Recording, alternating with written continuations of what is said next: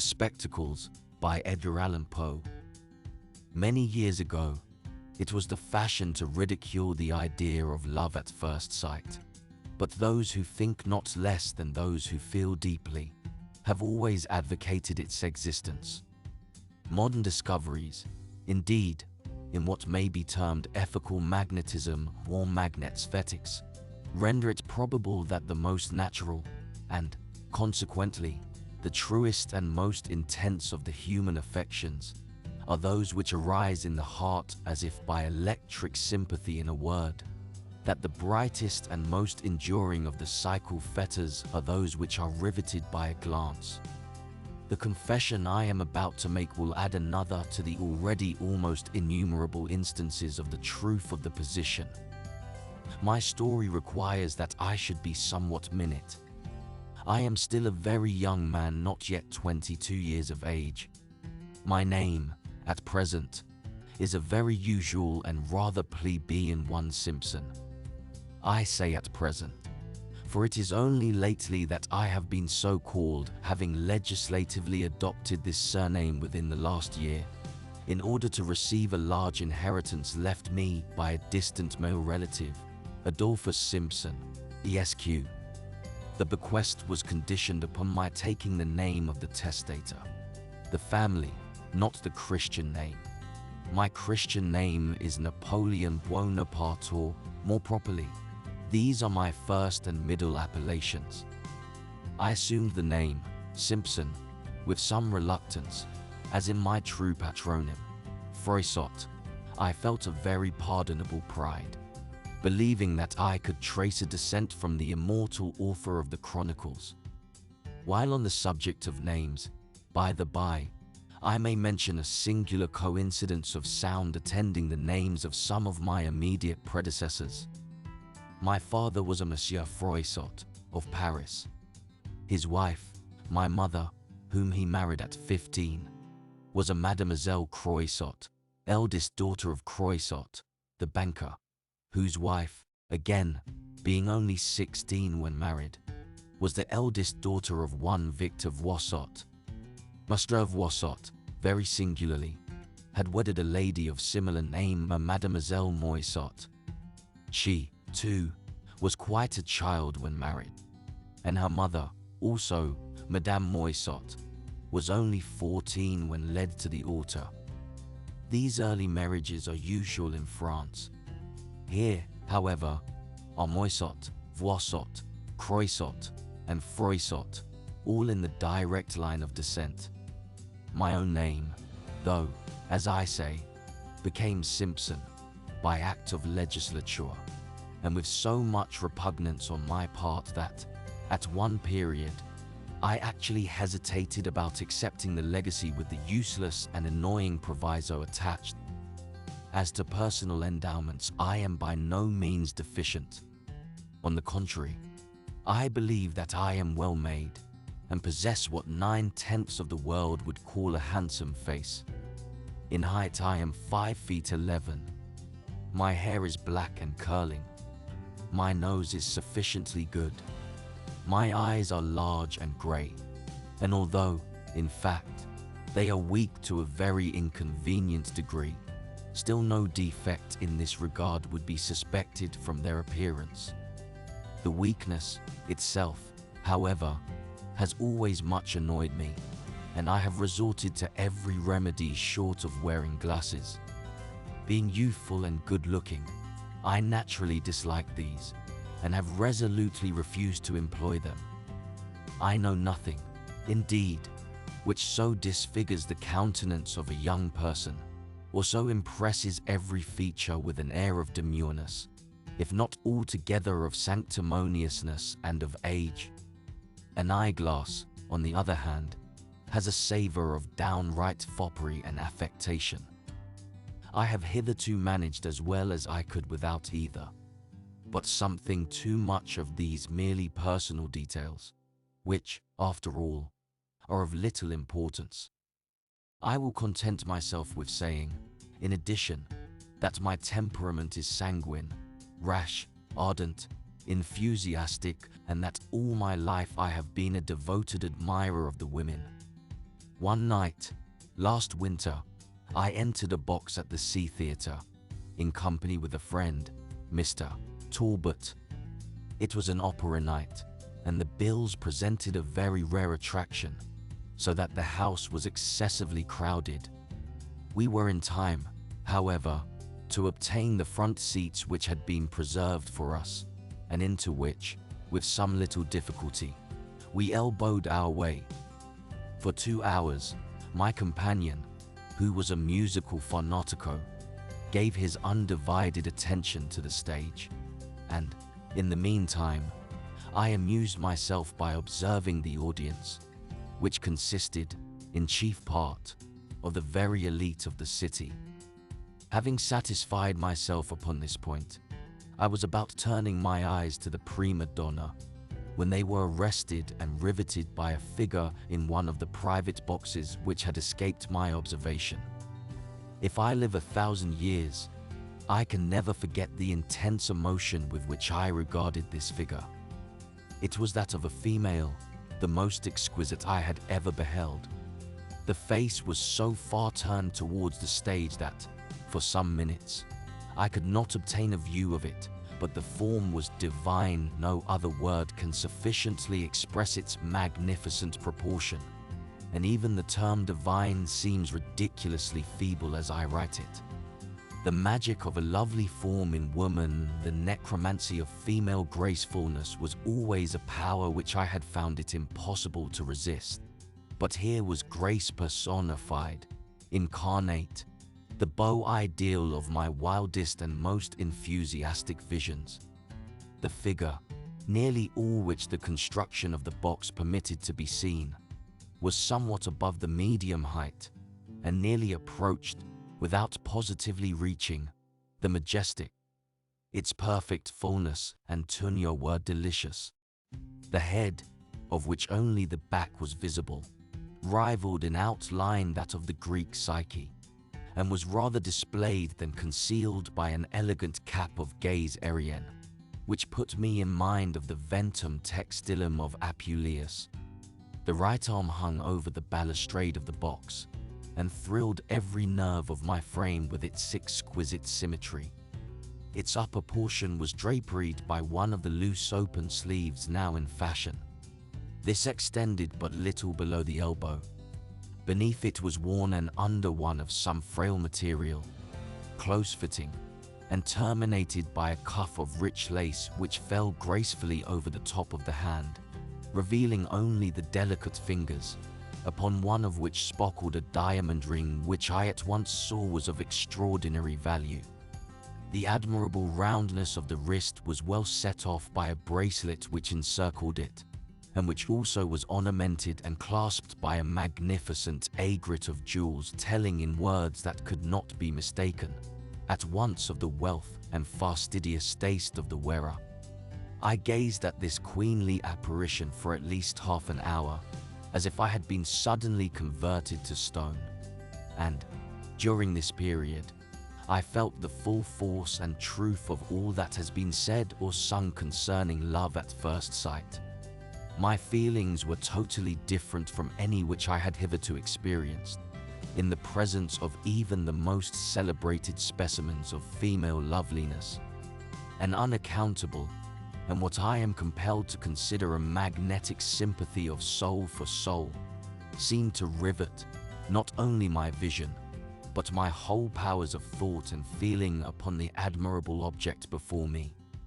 I saw, I felt, I knew that I was deeply, madly, irrevocably in love, and this even before seeing the face of the person beloved.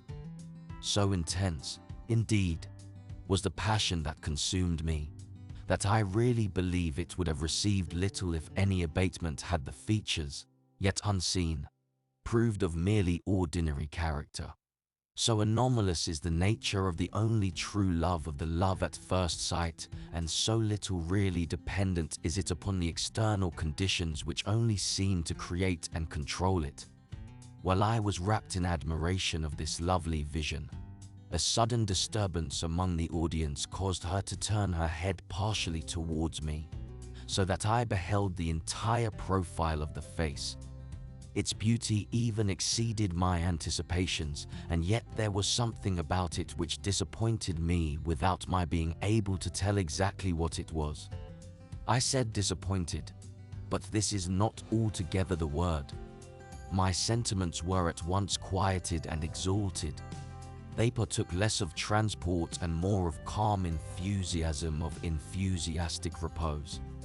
This state of feeling arose, perhaps, from the Madonna-like and matronly air of the face, and yet I at once understood that it could not have arisen entirely from this. There was something else, some mystery which I could not develop, some expression about the countenance which slightly disturbed me while it greatly heightened my interest. In fact, I was just in that condition of mind which prepares a young and susceptible man for any act of extravagance. Had the lady been alone, I should undoubtedly have entered her box and accosted her at all hazards. But, fortunately, she was attended by two companions, the gentleman and a strikingly beautiful woman, to all appearance a few years younger than herself. I revolved in my mind 1,000 schemes by which I might obtain, hereafter, an introduction to the elder lady, or, for the present, at all events, a more distinct view of her beauty.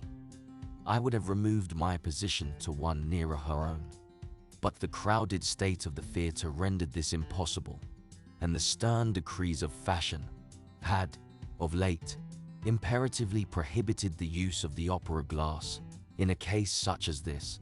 Even had I been so fortunate as to have one with me, but I had not, and was thus in despair. At length I bethought me of applying to my companion. "Talbot," I said, "you have an opera glass. Let me have it." "An opera glass? No.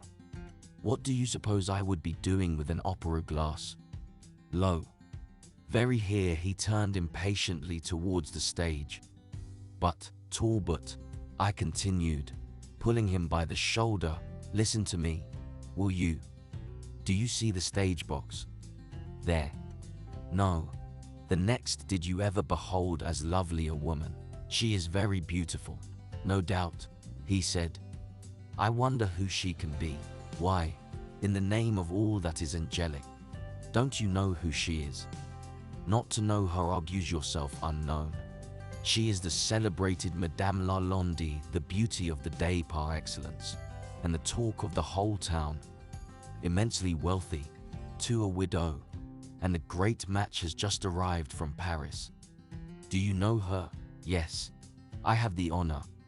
Will you introduce me? Assuredly, with the greatest pleasure. When shall it be? Tomorrow, at 1. I will call upon you at B.S. Very good. And now do hold your tongue, if you can."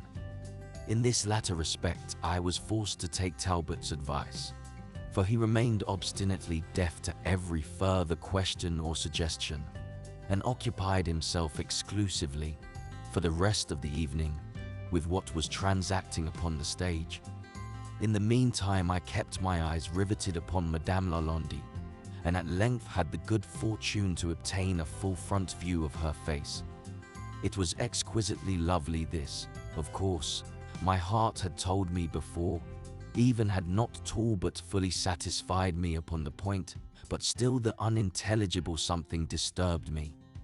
I finally concluded that my senses were impressed by a certain air of gravity, sadness, or, still more properly, of weariness, which took something from the youth and freshness of the countenance, only to endow it with a seraphic tenderness and majesty, and thus, of course, to my enthusiastic and romantic temperament, with an interest tenfold. While I thus feasted my eyes, I perceived, at last, to my great trepidation, by an almost imperceptible start on the part of the lady, that she had become suddenly aware of the intensity of my gaze. Still, I was absolutely fascinated and could not withdraw it, even for an instant. She turned aside her face, and again I saw only the chiseled contour of the back portion of the head. After some minutes, As if urged by curiosity to see if I was still looking, she gradually brought her face again round, and again encountered my burning gaze. Her large dark eyes fell instantly, and a deep blush mantled her cheek.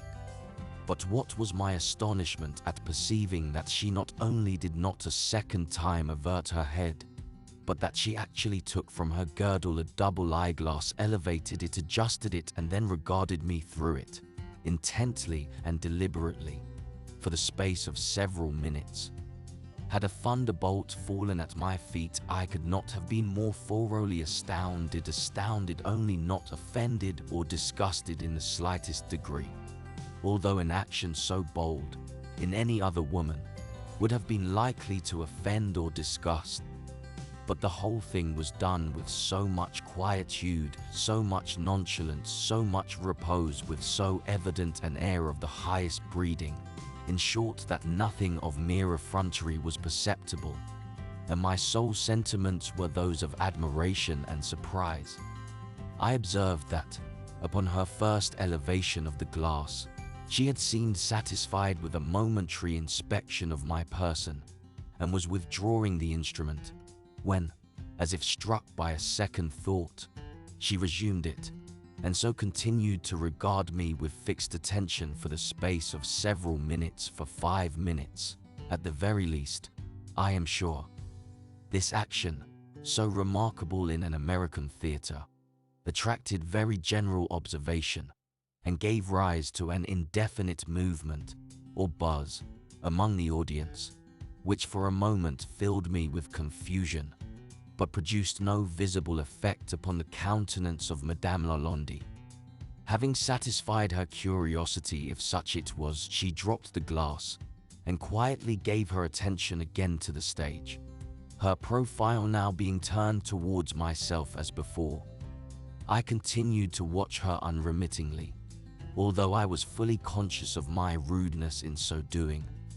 Presently I saw the head slowly and slightly change its position, and soon I became convinced that the lady, while pretending to look at the stage, was, in fact, attentively regarding myself. It is needless to say what effect this conduct, on the part of so fascinating a woman, had upon my excitable mind. Having thus scrutinized me for, perhaps, a quarter of an hour, the fair object of my passion addressed the gentleman who attended her, and, while she spoke, I saw distinctly, by the glances of both, that the conversation had reference to myself.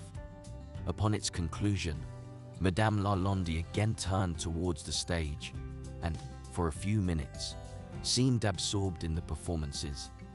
At the expiration of this period, however, I was thrown into an extremity of agitation by seeing her unfold, for the second time, the eyeglass which hung at her side, fully confront me as before, and, disregarding the renewed buzz of the audience, survey me, from head to foot, with the same miraculous composure which had previously so delighted and confounded my soul.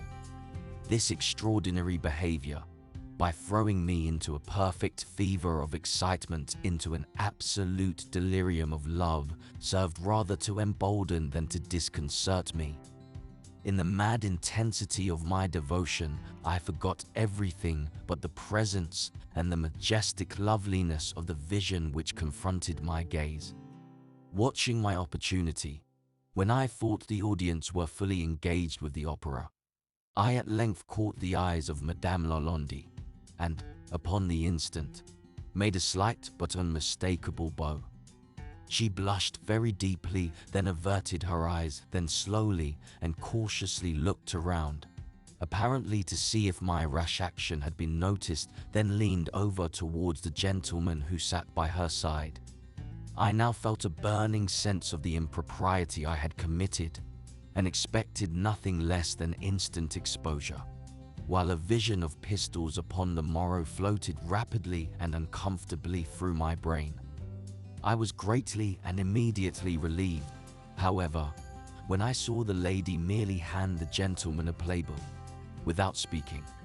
but the reader may form some feeble conception of my astonishment, of my profound amazement, my delirious bewilderment of heart and soul, when, instantly afterwards, having again glanced furtively around, she allowed her bright eyes to settle fully and steadily upon my own, and then, with a faint smile disclosing a bright line of her pearly teeth, made two distinct, pointed and unequivocal affirmative inclinations of the head. It is useless, of course, to dwell upon my joy, upon my transport, upon my illimitable ecstasy of heart. If ever man was mad with excess of happiness, it was myself at that moment. I loved. This was my first love, so I felt it to be. It was love supreme, indescribable. It was love at first sight. And, at first sight too, it had been appreciated and returned. Yes, returned. How and why should I doubt it for an instant? What other construction could I possibly put upon such conduct, on the part of a lady so beautiful, so wealthy, evidently so accomplished, of so high breeding, of so lofty a position in society in every regard, so entirely respectable as I felt assured was Madame Lalande? Yes, she loved me. She returned the enthusiasm of my love, with an enthusiasm as blind, as uncompromising, as uncalculating, as abandoned, and as utterly unbounded as my own. These delicious fancies and reflections, however, were now interrupted by the falling of the drop curtain. The audience arose, and the usual tumult immediately supervened.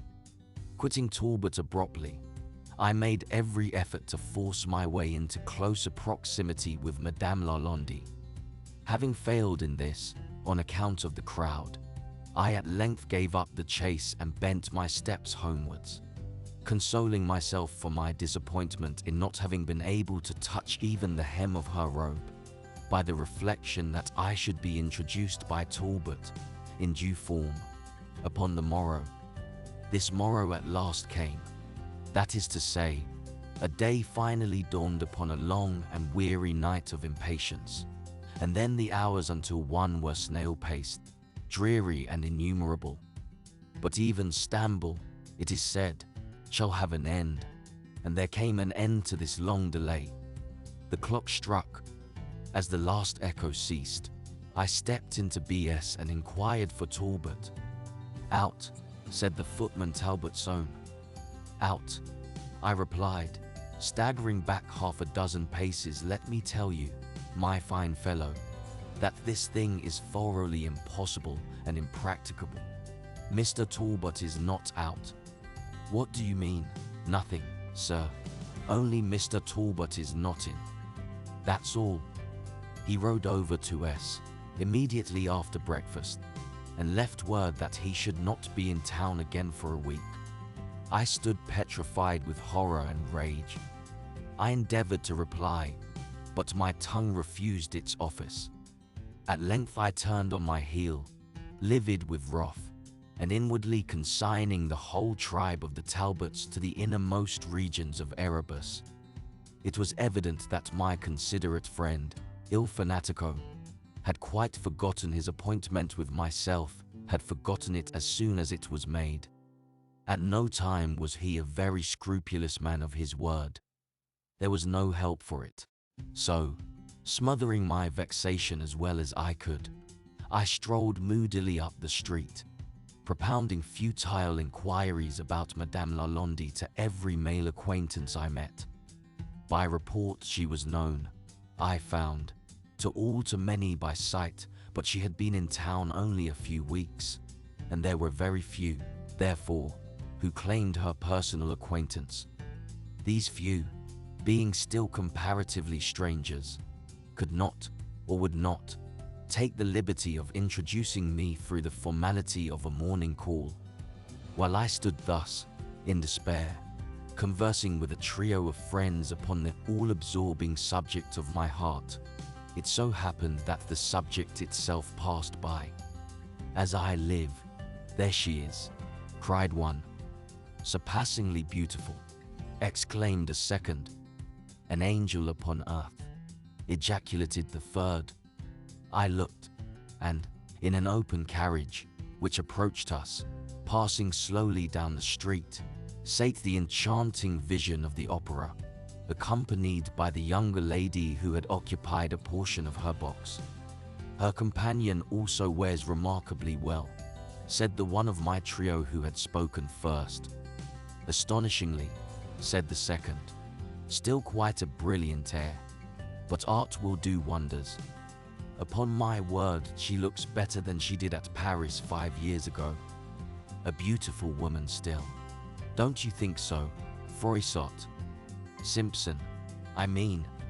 Stell, said I, and why shouldn't she be? But compared with her friend, she is as a rushlight to the evening star, a glowworm to Antares. Ha, ha, ha, why, Simpson, you have an astonishing tact at making discoveries, original ones. I mean, and here we separated, while one of the trio began humming a gay vaudeville, of which I caught only the lines, Ninnen, ninnen, ninnen a bass ninnen de l'enclose. During this little scene, however, one thing had served greatly to console me, although it fed the passion by which I was consumed. As the carriage of Madame Lalande rolled by our group, I had observed that she recognized me, and, more than this, she had blessed me by the most seraphic of all imaginable smiles, with no equivocal mark of the recognition. As for an introduction, I was obliged to abandon all hope of it, until such time as Talbot should think proper to return from the country. In the meantime, I perseveringly frequented every reputable place of public amusement, and, at length, at the theatre, where I first saw her, I had the supreme bliss of meeting her, and of exchanging glances with her once again. This did not occur, however, until the lapse of a fortnight. Every day, in the interim, I had inquired for Talbot at his hotel, and every day had been thrown into a spasm of wrath by the everlasting not come home yet of his footman. Upon the evening in question, therefore, I was in a condition little short of madness. Madame Lalande, I had been told, was a Parisian, had lately arrived from Paris. Might she not suddenly return? Return before Talbot came back, and might she not be thus lost to me forever? The thought was too terrible to bear. Since my future happiness was at issue, I resolved to act with a manly decision. In a word, upon the breaking up of the play, I traced the lady to her residence, noted the address, and the next morning sent her a full and elaborate letter, in which I poured out my whole heart. I spoke boldly, freely, on a word. I spoke with passion. I concealed nothing even of my weakness. I alluded to the romantic circumstances of our first meeting, even to the glances which had passed between us. I went so far as to say that I felt assured of her love, while I offered this assurance, and my own intensity of devotion, as two excuses for my otherwise unpardonable conduct. As a third, I spoke of my fear that she might quit the city before I could have the opportunity of a formal introduction. I concluded the most wildly enthusiastic epistle ever penned, with a frank declaration of my worldly circumstances, of my affluence, and with an offer of my heart and of my hand. In an agony of expectation, I awaited the reply. After what seemed the lapse of a century, it came. Yes, actually came.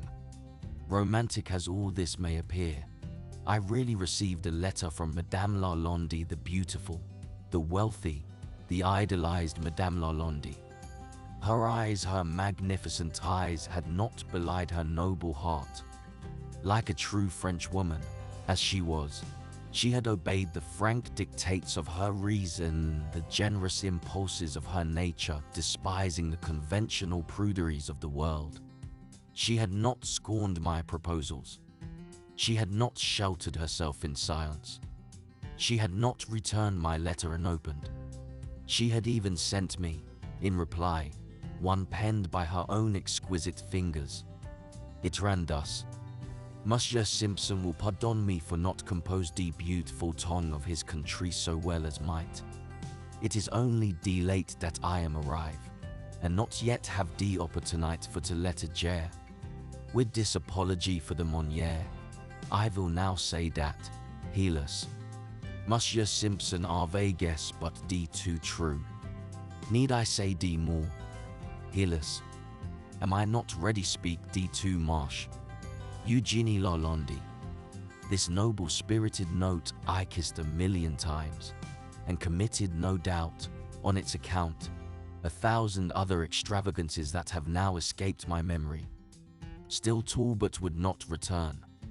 Alas, could he have formed even the vaguest idea of the suffering his absence occasioned his friend, would not his sympathizing nature have flown immediately to my relief? Still, however, he came not. I wrote. He replied.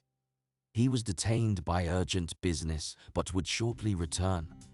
He begged me not to be impatient, to moderate my transports, to read soothing books, to drink nothing stronger than hock, and to bring the consolations of philosophy to my aid. The fool! If he could not come himself, why, in the name of everything rational, could he not have enclosed me a letter of presentation? I wrote him again, entreating him to forward one forthwith. My letter was returned by that footman, with the following endorsement in pencil. The scoundrel had joined his master in the country.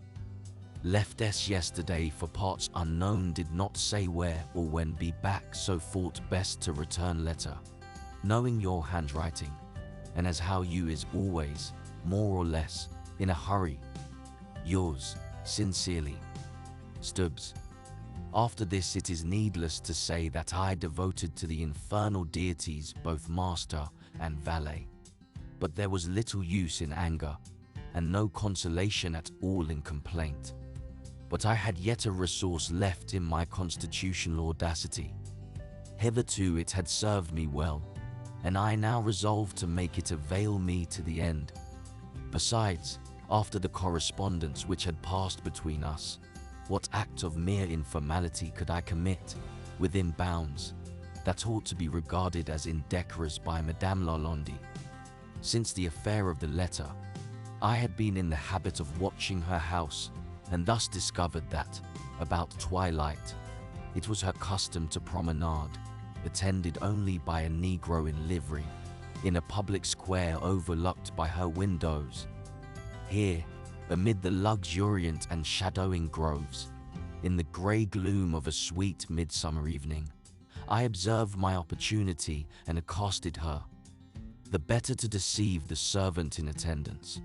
I did this with the assured air of an old and familiar acquaintance. With a presence of mind truly Parisian, she took the cue at once, and, to greet me, held out the most bewitchingly little of hands. The valet at once fell into the rear, and now, with hearts full to overflowing, we discoursed long and unreservedly of our love. As Madame Lalonde spoke English even less fluently than she wrote it, our conversation was necessarily in French. In this sweet tongue, so adapted to passion, I gave loose to all the impetuous enthusiasm of my nature, and, with all the eloquence I could command, besought her consent to an immediate marriage. At this impatience she smiled. She urged the old story of decorum, that bugbear which deters so many from bliss until the opportunity for bliss has forever gone by. I had most imprudently made it known among my friends, she observed, that I desired her acquaintance thus, that I did not possess it thus. Again, there was no possibility of concealing the date of our first knowledge of each other. And then she adverted, with a blush, to the extreme recency of this date. To wed immediately would be improper, would be indecorous, would be outré. All this she said with a charming air of naivete which enraptured while it grieved and convinced me. She went even so far as to accuse me, laughingly, of rashness, of imprudence. She bade me remember that I really even knew not who she was, what were her prospects, her connections, her standing in society. She begged me, but with a sigh, to reconsider my proposal, and termed my love and infatuation a will-o'-the-wisp, a fancy or fantasy of the moment, a baseless and unstable creation rather of the imagination than of the heart. These things she uttered as the shadows of the sweet twilight gathered darkly and more darkly around us, and then, with a gentle pressure of her fairy-like hand, overthrew, in a single sweet instant, all the argumentative fabric she had reared. I replied as best I could, as only a true lover can. I spoke at length, and perseveringly, of my devotion, of my passion, of her exceeding beauty, and of my own enthusiastic admiration. In conclusion, I dwelt, with a convincing energy, upon the perils that encompass the course of love, that course of true love that never did run smooth, and thus deduced the manifest danger of rendering that course unnecessarily long. This latter argument seemed finally to soften the rigor of her determination. She relented, but there was yet an obstacle, she said, which she felt assured I had not properly considered. This was a delicate point for a woman to urge, especially so. In mentioning it, she saw that she must make a sacrifice of her feelings. Still, for me, every sacrifice should be made. She alluded to the topic of age. Was I fully aware of the discrepancy between us? That the age of the husband should surpass by a few years, even by 15 or 20, the age of the wife, was regarded by the world as admissible and indeed as even proper. But she had always entertained the belief that the years of the wife should never exceed in number those of the husband. A discrepancy of this unnatural kind gave rise to frequently, alas, to a life of unhappiness. Now she was aware that my own age did not exceed 22, and I, on the contrary, perhaps, was not aware that the years of my Eugenie extended very considerably beyond that sum. About all this there was a nobility of soul, a dignity of candor which delighted, which enchanted me, which eternally riveted my chains. I could scarcely restrain the excessive transport which possessed me. "My sweetest Eugenie," I cried, "what is all this about which you are discoursing? Your years surpass in some measure my own. But what then? The customs of the world are so many conventional follies. To those who love as ourselves, in what respect differs a year from an hour? I am 22, you say. Granted. Indeed, you may as well call me, at once, 23. Now you yourself, my dearest Eugenie, can have numbered no more than,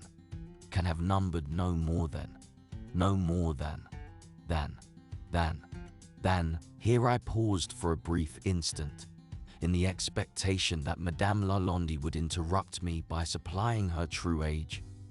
But a French woman is seldom direct, and has always, by way of answer to an embarrassing query, some little practical reply of her own. In the present instance, Eugenie, who, for a few moments past, had seemed to be searching for something in her bosom, at length let fall upon the grass a miniature, which I immediately picked up and presented. "Keep it," she said, with one of her most ravishing smiles. "Keep it for my sake, for the sake of her whom it too flatteringly represents. Besides, upon the back of the trinket, you may discover, perhaps, the very information you seem to desire. It is now, to be sure, growing rather dark, but you can examine it at your leisure, in the morning. In the meantime, you shall be my escort home tonight. My friends here are about holding a little musical levee. I can promise you, too, some good singing. We French are not nearly so punctilious as you Americans, and I shall have no difficulty in smuggling you in the character of an old acquaintance." With this, She took my arm and I attended her home. The mansion was quite a fine one, and, I believe, furnished in good taste. Of this latter point, however, I am scarcely qualified to judge, for it was just dark as we arrived, and, in American mansions of the better sort, lights seldom, during the heat of summer, make their appearance at this the most pleasant period of the day. In about an hour after my arrival, to be sure, a single shaded solar lamp was lit in the principal drawing room, and this apartment, I could thus see, was arranged with unusual good taste and even splendor. But two other rooms of the suite, and in which the company chiefly assembled, remained, during the whole evening, in a very agreeable shadow. This is a well-conceived custom, giving the party at least a choice of light or shade, and one which our friends over the water could not do better than immediately adopt. The evening thus spent was unquestionably the most delicious of my life. Madame Lalande had not overrated the musical abilities of her friends, and the singing I here heard I had never heard excelled in any private circle out of Vienna. The instrumental performers were many and of superior talents. The vocalists were chiefly ladies, and no individual sang less than well. At length, upon a peremptory call for Madame Lalande, she arose at once, without affectation or demur, from the chaise longue upon which she had sate by my side, and, accompanied by one or two gentlemen and her female friend of the opera, repaired to the piano in the main drawing-room. I would have escorted her myself, but felt that, under the peculiar circumstances of my introduction to the house, I had better remain unobserved where I was. I was thus deprived of the pleasure of seeing, although not of hearing her sing. The impression she produced upon the company seemed electrical, but the effect upon myself was something even more. I know not how adequately to describe it. It arose, in part, no doubt, from the sentiment of love with which I was imbued, but chiefly from my conviction of the extreme sensibility of the singer. It is beyond the reach of art to endow either air or recitative with more impassioned expression than was hers. Her utterance of the romance in Otello, the tone with which she gave the words "Sul mio sasso" in the Cappelletti are ringing in my memory yet. Her lower tones were absolutely miraculous. Her voice embraced 3 complete octaves, extending from the contralto D to the D upper soprano, and, though sufficiently powerful to have filled the San Carlos, executed, with the minutest precision, every difficulty of vocal composition, ascending and descending scales, cadences, or fioratori. In the finale of the Somnambula, she brought about a most remarkable effect at the words, non gins human pensiero, al contento und io son pena. Here, in imitation of Malibran, she modified the original phrase of Bellini, so as to let her voice descend to the tenor G, when, by a rapid transition, she struck the G above the treble stave, springing over an interval of 2 octaves. Upon rising from the piano after these miracles of vocal execution, she resumed her seat by my side, when I expressed to her, in terms of the deepest enthusiasm, my delight at her performance. Of my surprise I said nothing, and yet was I most unfeignedly surprised, for a certain feebleness, or rather a certain tremulous indecision of voice in ordinary conversation, had prepared me to anticipate that, in singing, she would not acquit herself with any remarkable ability. Our conversation was now long, earnest, uninterrupted, and totally unreserved. She made me relate many of the earlier passages of my life, and listened, with breathless attention, to every word of the narrative.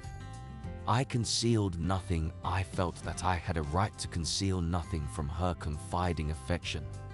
Encouraged by her candor upon the delicate point of her age, I entered, with perfect frankness, not only into a detail of my many minor vices, but made full confession of those moral and even of those physical infirmities, the disclosure of which, in demanding so much higher a degree of courage, is so much sure an evidence of love. I touched upon my college indiscretions, upon my extravagances, upon my carousals, upon my debts, upon my flirtations. I even went so far as to speak of a slightly hectic cough with which, at one time, I had been troubled, of a chronic rheumatism, of a twinge of hereditary gout, and, in conclusion, of the disagreeable and inconvenient, but hitherto carefully concealed, weakness of my eyes.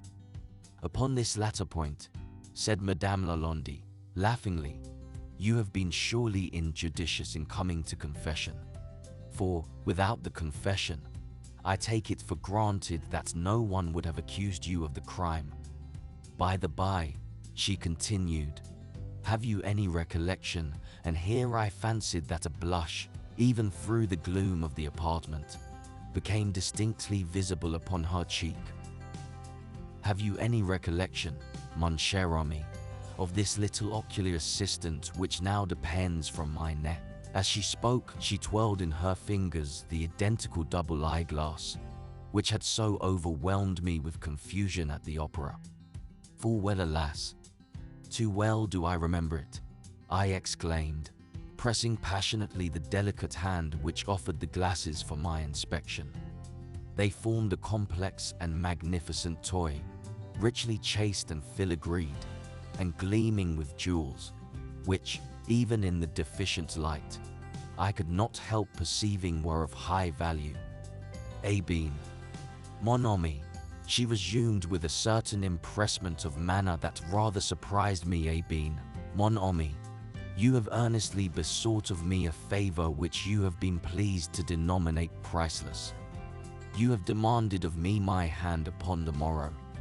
Should I yield to your entreaties and, I may add, to the pleadings of my own bosom, would I not be entitled to demand of you a very little boon in return? Name it, I exclaimed, with an energy that had nearly drawn upon us the observation of the company, and restrained by their presence alone from throwing myself impetuously at her feet. Name it, my beloved, my Eugenie, my own. Name it. But, alas, it is already yielded ere named. You shall conquer then, mon ami, said she, for the sake of the Eugenie whom you love, this little weakness which you have at last confessed, this weakness more moral than physical, and which, let me assure you, is so unbecoming the nobility of your real nature, so inconsistent with the candor of your usual character, and which, if permitted farther control, will assuredly involve you, sooner or later, in some very disagreeable scrape. You shall conquer, for my sake, this affectation which leads you, as you yourself acknowledge, to the tacit or implied denial of your infirmity of vision. For this infirmity you virtually deny, in refusing to employ the customary means for its relief. You will understand me to say, then, that I wish you to wear spectacles. Ah, hush. You have already consented to wear them, for my sake. You shall accept the little toy which I now hold in my hand, and which, though admirable as an aid to vision, is really of no very immense value as a gem. You perceive that, by a trifling modification, thus or thus it can be adapted to the eyes in the form of spectacles, or worn in the waistcoat pocket as an eyeglass. It is in the former mode, however, and habitually, that you have already consented to wear it for my sake. This request must, I confess it, confused me in no little degree, but the condition with which it was coupled rendered hesitation, of course, a matter altogether out of the question. It is done, I cried, with all the enthusiasm I could muster at the moment. It is done. It is most cheerfully agreed. I sacrifice every feeling for your sake. Tonight I wear this dear eyeglass as an eyeglass, and upon my heart. But with the earliest dawn of that morning which gives me the privilege of calling you wife, I will place it upon my nose, and there wear it ever afterwards, in the less romantic and less fashionable, but certainly in the more serviceable form which you desire. Our conversation now turned upon the details of our arrangement for the morrow. Talbot, I learned from my betrothed, had just arrived in town. I was to see him at once and procure a carriage. The soiree would scarcely break up before 2, and by this hour the vehicle was to be at the door. When, in the confusion occasioned by the departure of the company, Madame L. could easily enter it unobserved, we were then to call at the house of a clergyman who would be in waiting, there be married, drop Talbot, and proceed on a short tour to the east, leaving the fashionable world at home to make whatever comments upon the matter it thought best. Having planned all this, I immediately took leave and went in search of Talbot, but, on the way, I could not refrain from stepping into a hotel for the purpose of inspecting the miniature, and this I did by the powerful aid of the glasses. The countenance was a surpassingly beautiful one. Those large luminous eyes, that proud Grecian nose, those dark luxuriant curls. "Oh," said I, exultingly to myself, "this is indeed the speaking image of my beloved." I turned the reverse and discovered the words Eugenie Lalonde, aged 27 years and 7 months. I found Talbot at home and proceeded at once to acquaint him with my good fortune. He professed excessive astonishment, of course, but congratulated me most cordially and proffered every assistance in his power. In a word, we carried out our arrangement to the letter, and at 2 in the morning, just 10 minutes after the ceremony, I found myself in a close carriage with Madame Lalonde, with Mrs. Simpson, I should say, and driving at a great rate out of town, in a direction northeast and by north half north. It had been determined for us, by Talbot, that, as we were to be up all night, we should make our first stop at C, a village about 20 miles from the city, and there get an early breakfast and some repose before proceeding upon our route. At 4 precisely, therefore, the carriage drew up at the door of the principal inn. I handed my adored wife out and ordered breakfast forthwith. In the meantime we were shown into a small parlor and sat down. It was now nearly if not altogether daylight, and, as I gazed, enraptured, at the angel by my side, the singular idea came, all at once, into my head, that this was really the very first moment since my acquaintance with the celebrated loveliness of Madame Lalonde, that I had enjoyed a near inspection of that loveliness by daylight at all. "And now, mon ami," said she, taking my hand, and so interrupting this train of reflection, "and now, mon cher ami, since we are indissolubly one, since I have yielded to your passionate entreaties, and performed my portion of our agreement, I presume you have not forgotten that you also have a little favor to bestow, a little promise which it is your intention to keep. Ah, let me see, let me remember. Yes, full easily do I call to mind the precise words of the dear promise you made to Eugenie last night. Listen, you spoke thus, 'It is done. It is most cheerfully agreed. I sacrifice every feeling for your sake.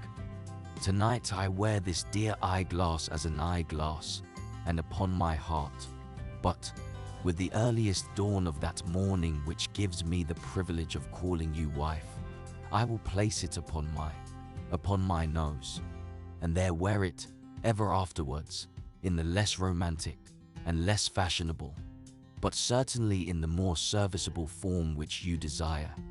These were the exact words, my beloved husband, were they not? "They were," I said. "You have an excellent memory." And, assuredly, my beautiful Eugenie, there is no disposition on my part to evade the performance of the trivial promise they imply. See, behold, they are becoming, rather, are they not? And here, having arranged the glasses in the ordinary form of spectacles, I applied them gingerly in their proper position, while Madame Simpson, adjusting her cap and folding her arms, sat bolt upright in her chair, in a somewhat stiff and prim, and indeed in a somewhat indignified position. "Goodness gracious me!" I exclaimed, almost at the very instant that the rim of the spectacles had settled upon my nose. "My goodness gracious me! Why, what can be the matter with these glasses?" And, taking them quickly off, I wiped them carefully with a silk handkerchief and adjusted them again. But if, in the first instance, there had occurred something which occasioned me surprise, in the second, this surprise became elevated into astonishment. And this astonishment was profound, was extreme indeed. I may say it was horrific. What, in the name of everything hideous, did this mean? Could I believe my eyes? Could I? That was the question.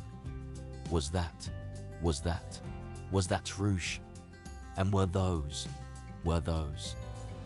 wrinkles upon the visage of Eugenie Lalonde? And oh, Jupiter, and every one of the gods and goddesses, little and big. What had become of her teeth? I dashed the spectacles violently to the ground and, leaping to my feet, stood erect in the middle of the floor, confronting Mrs. Simpson, with my arms set akimbo, and grinning and foaming, but, at the same time, utterly speechless and helpless with terror and with rage. Now I have already said that Madame Eugenie Lalonde, that is to say, Simpson, spoke the English language but very little better than she wrote it. And for this reason she very properly never attempted to speak it upon ordinary occasions. But rage will carry a lady to any extreme. And, in the present case, it carried Mrs. Simpson to the very extraordinary extreme of attempting to hold a conversation in a tongue that she did not altogether understand. "Well, monsieur," said she, after surveying me, in great apparent astonishment, for some moments. "Well, monsieur, and that then? That de matter now? Is it de dance of de Saint Vitus that you are they? If not like me, that for vi by de pig in de po, you wretch," said I, catching my breath. You villainous old hag. Oh, me not so verole, after all. Me not one single day more than de 82. I ejaculated, staggering to the wall. 82,000 of she-baboons. The miniature said 27 years and 7 months, to be sure. That is so. Ver true. But then de portrait has been take for these 55 year. Then I go marry my second husband, Monsieur Lalonde. At that time I had de portrait take for my daughter by my first husband, Monsieur Moissot. "Moissot," said I. "Yes, Moissot," said she, mimicking my pronunciation, which, to speak the truth, was none of the best. "And that then? That you know 'bout de Moissot?" "Nothing, you old fright. I know nothing about him at all. Only I had an ancestor of that name, once upon a time. That name. And that you are they for say to that name. T is ver good name. And so is Voissot, that is ver good name, too. My daughter, Mademoiselle Moissot, she marry von Monsieur Voissot. And de names is both ver respectable name." "Moissot," I exclaimed, "and Voissot. Why, what is it you mean?" "That I mean Moissot and Voissot. And, for de matter of dat, I mean Croissot and Froissart, too, if I only think proper to mean it. My daughter's daughter, Mademoiselle Froissart, she marry von Monsieur Froissart, and, then again, my daughter's grande daughter, Mademoiselle Froissart, she marry von Monsieur Froissart. And I suppose you say that that is not von the respectable name. Froissart, said I, beginning to faint. Why surely you don't say Moissart, and Froissart, and Croissart, and Froissart. Yes, she replied, leaning fully back in her chair, and stretching out her lower limbs at great length. Yes, Moissart, and Froissart, and Croissart, and Froissart. But Monsieur Froissart, he was von the big that you call fool. He was von the great big dunce like yourself. For he left La Belle France for come to dis stupide Marie. And then he get here he went and arve von the stupide son. So I hear, though I not yet arve at the place to meet with him. Neither me nor my companion, D. Madame Stephanie Lalonde. He is named D. Napoleon Bonaparte Froissart, and I suppose you say that that, too, is not von the respectable name. Either the length or the nature of this speech had the effect of working up Mrs. Simpson into a very extraordinary passion indeed, and as she made an end of it, with great labor, she jumped up from her chair like somebody bewitched, dropping upon the floor an entire universe of bustle as she jumped. Once upon her feet, she gnashed her gums, brandished her arms, rolled up her sleeves, shook her fist in my face, and concluded the performance by tearing the cap from her head, and with it an immense wig of the most valuable and beautiful black hair, the whole of which she dashed upon the ground with a yell, and there trampled and danced a fandango upon it, in an absolute ecstasy and agony of rage. Meantime I sank aghast into the chair which she vacated. Moissart and Froissart, I repeated, thoughtfully, as she cut one of her pigeon wings, and Croissart and Froissart, as she completed another. Moissart and Froissart and Croissart and Napoleon Bonaparte Froissart. Why, you ineffable old serpent, that's me, that's me. Die here, that's me. Here I screamed at the top of my voice. That's me. I am Napoleon Bonaparte Froissart. And if I haven't married my great-grandmother, I wish I may be everlastingly confounded. Madame Eugenie Lalonde, quasi-Simpson formerly Moissart was, in sober fact, my great-grandmother. In her youth, she had been beautiful, and, even at 82, retained the majestic height, the sculptural contour of head, the fine eyes and the Grecian nose of her girlhood. By the aid of these, of pearl powder, of rouge, of false hair, false teeth, and false tournure, as well as of the most skillful modistes of Paris, she contrived to hold a respectable footing among the beauties en pied passées of the French metropolis. In this respect, indeed, she might have been regarded as little less than the equal of the celebrated Ninon de l'Enclos. She was immensely wealthy, and, being left, for the second time, a widow without children, she bethought herself of my existence in America, and, for the purpose of making me her heir, paid a visit to the United States, in company with a distant and exceedingly lovely relative of her second husband's, a Madame Stephanie Lalonde. At the opera, my great-grandmother's attention was arrested by my notice, and, upon surveying me through her eyeglass, she was struck with a certain family resemblance to herself. Thus interested, and knowing that the heir she sought was actually in the city, she made inquiries of her party respecting me. The gentleman who attended her knew my person, and told her who I was. The information thus obtained induced her to renew her scrutiny, and this scrutiny it was which so emboldened me that I behaved in the absurd manner already detailed. She returned my bow, however, under the impression that, by some odd accident, I had discovered her identity. When, deceived by my weakness of vision and the arts of the toilet, in respect to the age and charms of the strange lady, I demanded so enthusiastically of Talbot who she was, he concluded that I meant the younger beauty, as a matter of course, and so informed me, with perfect truth, that she was the celebrated widow, Madame Lalande. In the street, next morning, my great-grandmother encountered Talbot, an old Parisian acquaintance, and the conversation very naturally turned upon myself.